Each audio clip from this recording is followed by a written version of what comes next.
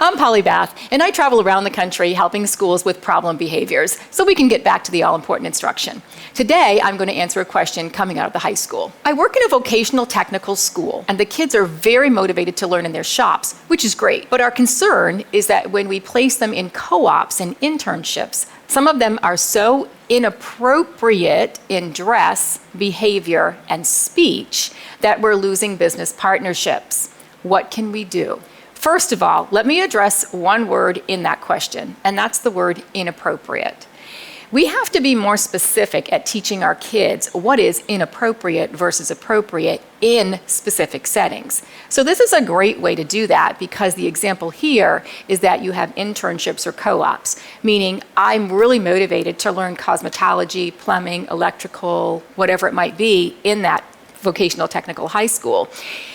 But when I get out into the public, I don't understand that I shouldn't behave a certain way while I'm practicing my profession. So the way we really need to address this is to think about it two ways. You can't just teach your profession or your shop and not teach what one might refer to as the soft skills, because to me, these are not soft skills.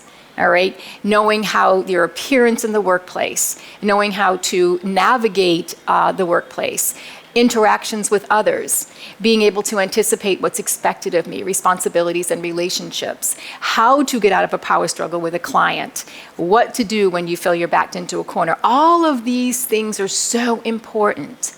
We've gone so far as to sit with vocational technical high schools and address what are the 5 or 6 social emotional skills that we know these kids don't have. And we've got to embed those into our shops, if you will.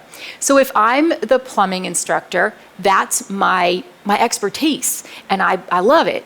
But I'm going to have to get a little bit better at teaching kids how you walk in a door. Let's face it, you can't just go into a client's home and start dropping F-bombs, right? You got to make sure that you understand what's appropriate or inappropriate when you go into a client's home. So you got to look at those soft skills. They are not soft skills. Let's face it, everything that you are teaching in the vocational high school is for sale.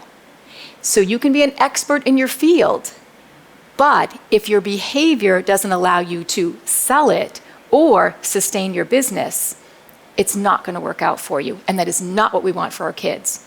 Don't assume they have the skills. Embed that into your expertise of teaching in the vocational high school. Thanks for watching today. If you have comments about this subject, you can put those down below. And if you have questions that you might like to see answered in a future video, put that down below as well.